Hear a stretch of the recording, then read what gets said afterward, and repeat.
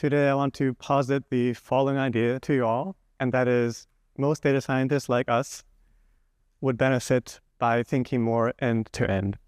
And I'll make a case for why I believe that, and I'll also share some principles on how you can start thinking end-to-end and benefit your own organizations. And I want to start by defining what I mean by end-to-end, and that is bring ideas to life.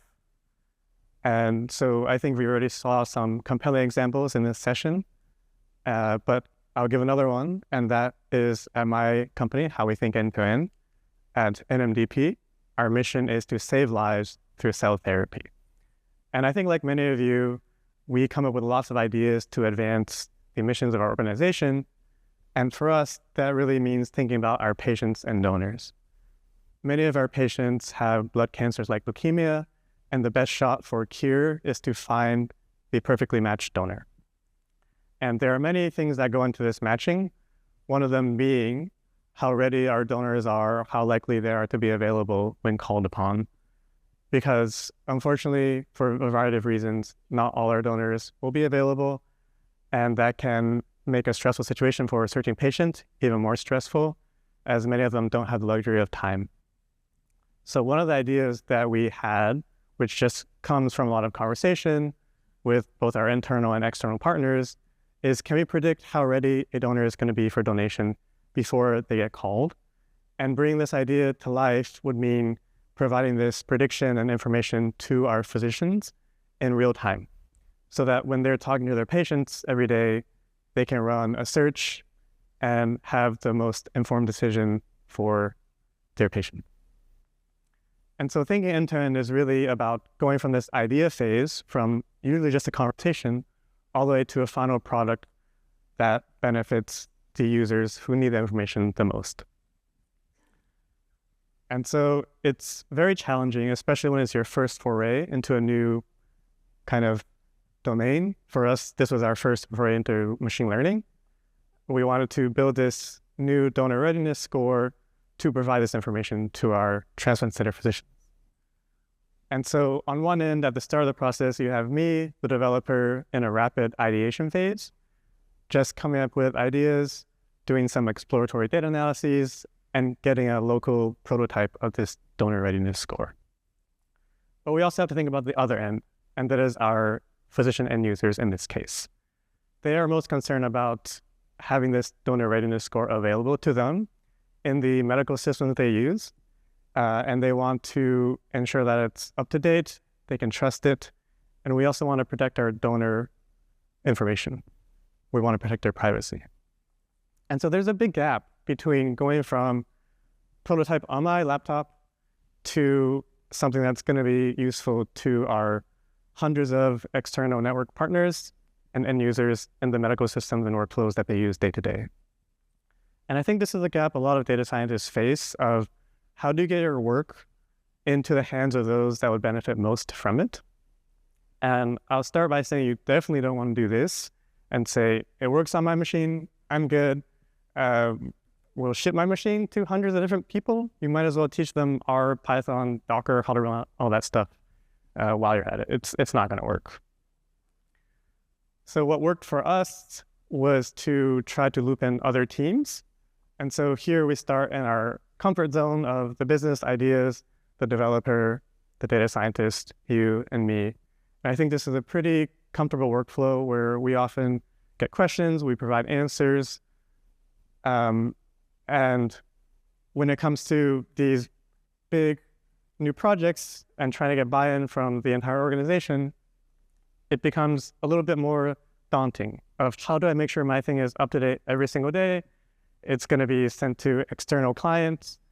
How do we make sure they trust what we're building for them? And that's when we typically think of our engineering teams and we try to loop them in, because our data engineers are experts at building scalable data pipelines and protecting our donor information. Our DevOps engineers are experts at scaling compute into the cloud, building the infrastructure that we need. And of course, our software engineers help build the applications that our transplant center partners can use and integrate into their workflows.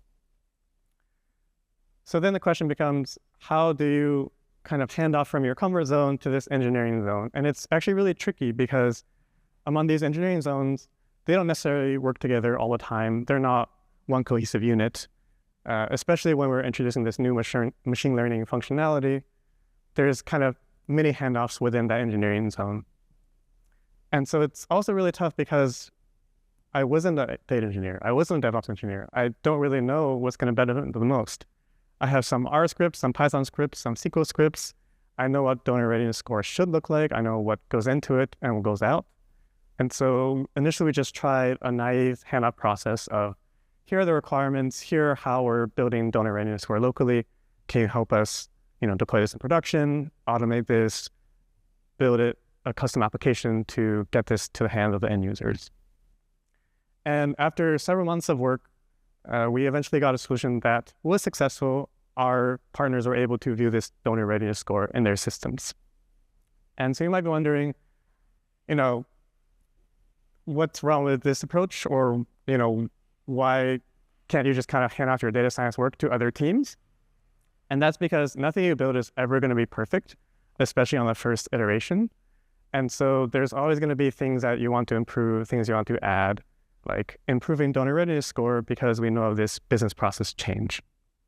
And this became really, really hard because the donor readiness score that we developed in our comfort zone looks completely different once translated through the engineering zone, because to them, our model is a black box, and then within each of those data to DevOps and software handoffs, those are also kind of mini black boxes.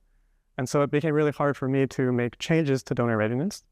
And on the flip side, they didn't necessarily want to put such a big investment, get 4 teams together in a room with a product manager and just meet to make a potentially small change of improving accuracy by 2 or 3%. And so we spent a long time trying to think about how we can overcome this and make the handoff more smooth.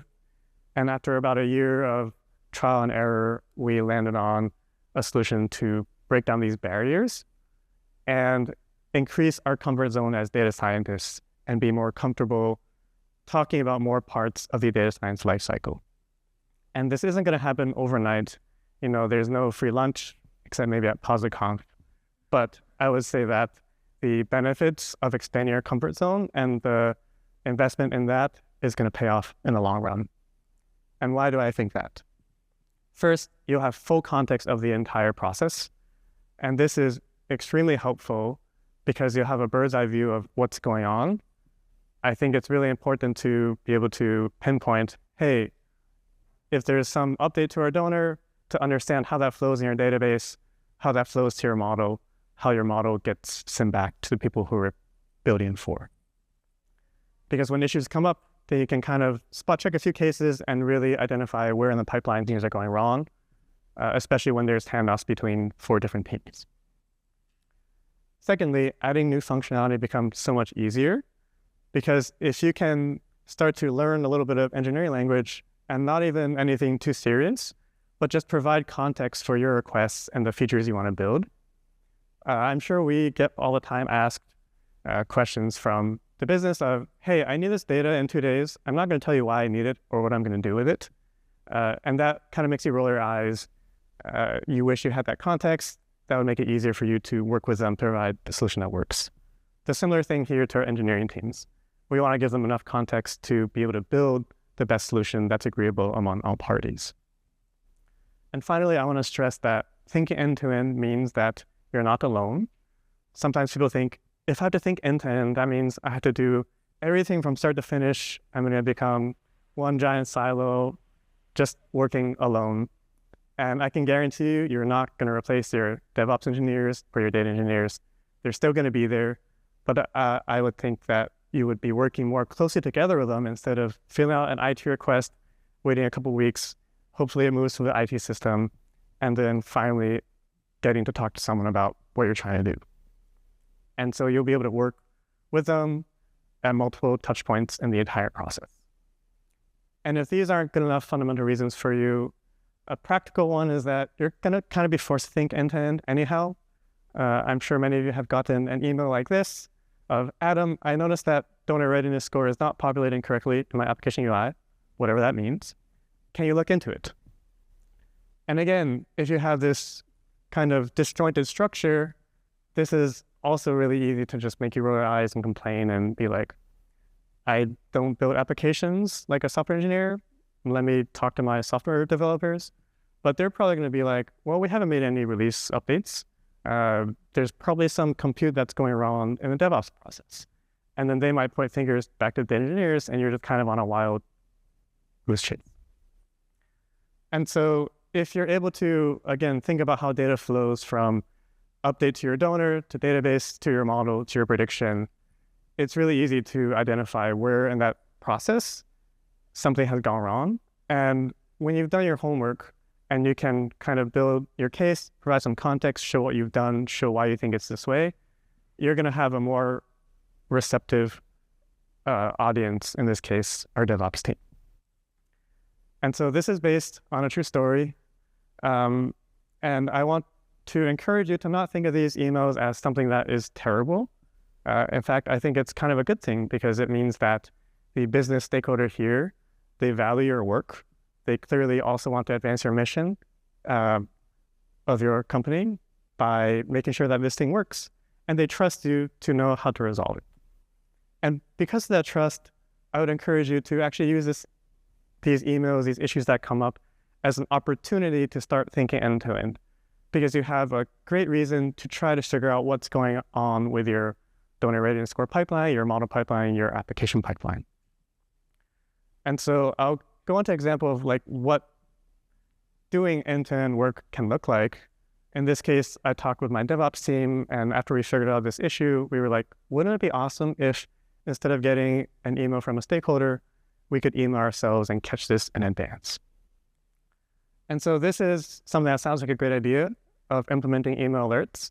And starting in the traditional data science realm, it is overall pretty simple. We have this store.py module, which essentially makes a prediction based on an event, usually data coming in, and we get our score. And then we have some logic based on what we know of potential errors that have happened in the past. And if that prediction fails, we send an email with some useful message, and we can catch other errors too. Nothing too crazy, pretty typical code that we would work with. But once you start asking questions about, Adam, what does this send email function look like? Because don't we have to send emails from our AWS server to our internal NMDP email server? As a data scientist, that's not something you would typically think about, but definitely is something you would need to, in this case, to get your alerts to work properly. But don't panic, because remember, you're not alone. This is a great opportunity to work with your DevOps team.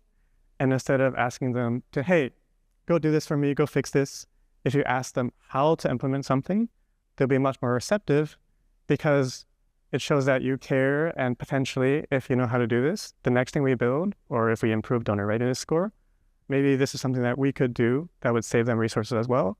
And then you're expanding your skill set as a data scientist. Because from the DevOps lens, the equivalent code snippets to them actually look really easy as well. So here we have a simple notification service in AWS, SNS, and we have some Terraform code.tf, which essentially builds the resources we need in our AWS infrastructure to send emails. And there's a bunch of boilerplate code that's simple to most DevOps engineers. You create this SNS module, and the main thing that they'll probably point out to you is, hey, the custom thing here is we're building you a resource that subscribes to email alerts.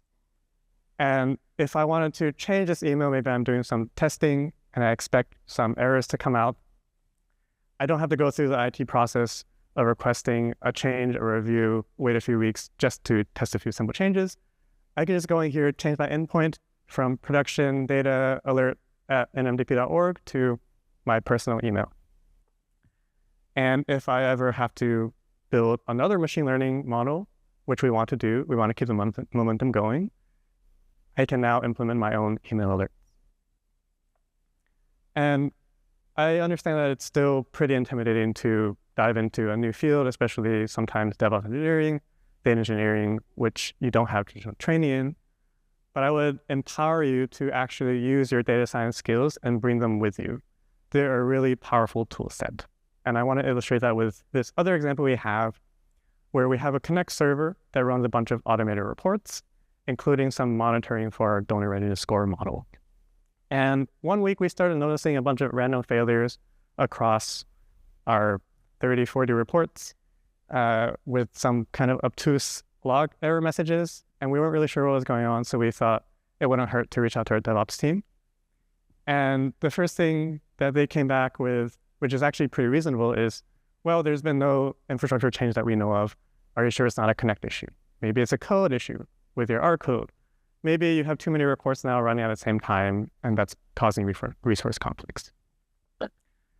And so these are definitely valid issues. And if you can eliminate potential issues, potential reasons, it's going to be much, much easier to troubleshoot that. And so all we needed to do with some help is look at this log messages file on our Linux server hosting our Connect instance. And it contains hundreds of thousands of lines of mostly gibberish, but a few nice things. For example, a timestamp of when an event happened. And in this case, the success was no. There was some error for whatever reason. And so my first instinct as a data scientist is, let me just scrape these logs, scrape them all for the timestamps when there's a success equals no, and just see when they're happening. And so here there's about 10,000 error messages plotted. Each vertical line corresponds to the timestamp when there was a success equals no message. So maybe not too helpful yet, but then we combine this with the known timestamps when we had random failures, we overlaid them, and we have perfect correlation. And so just with a few simple finding some data and plotting it, we're able to provide a really compelling case for probably something that's going on under the server. And our DevOps team was like, okay, let me reach out to our security team. Turns out there was a security scan every 30 minutes, but there was an expired certificate, and it would just yell for a bunch, which would cause some downstream effects, like our Connect reports failing at random times, seemingly random. And so I hope the idea I posited at the beginning of this session, that thinking end-to-end will increase your impact, has resonated with some of you, and you can start to think about how thinking broader picture at more aspects of the data science lifecycle will benefit you and your organization. And if you're really trying to get started and you want to take away one message, the next time you get a email about, hey, there's this potential issue, try to lead the resolution of it. It doesn't mean you have to solve everything by yourself, but try to take an active role and learn a little bit more, adapt your tool set, adapt your skill set, because it's going to happen again and it'll make next time even easier. And just one little piece of encouragement. If you can learn how neural networks move data around, maybe you like causal inference and DAGs, I'm extremely confident that you can learn how data moves around from your IT systems. And so with that, thank you. If you want to view my slides, they're on my GitHub. And if you want to connect with me on LinkedIn, please do. Happy to take questions whenever. Appreciate your time.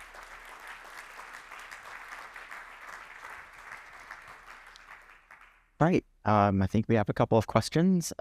First one is, how did you go about selecting the criteria for donor readiness? Any tips for selecting criteria for building a metric for something that seems qualitative? Yes, awesome question.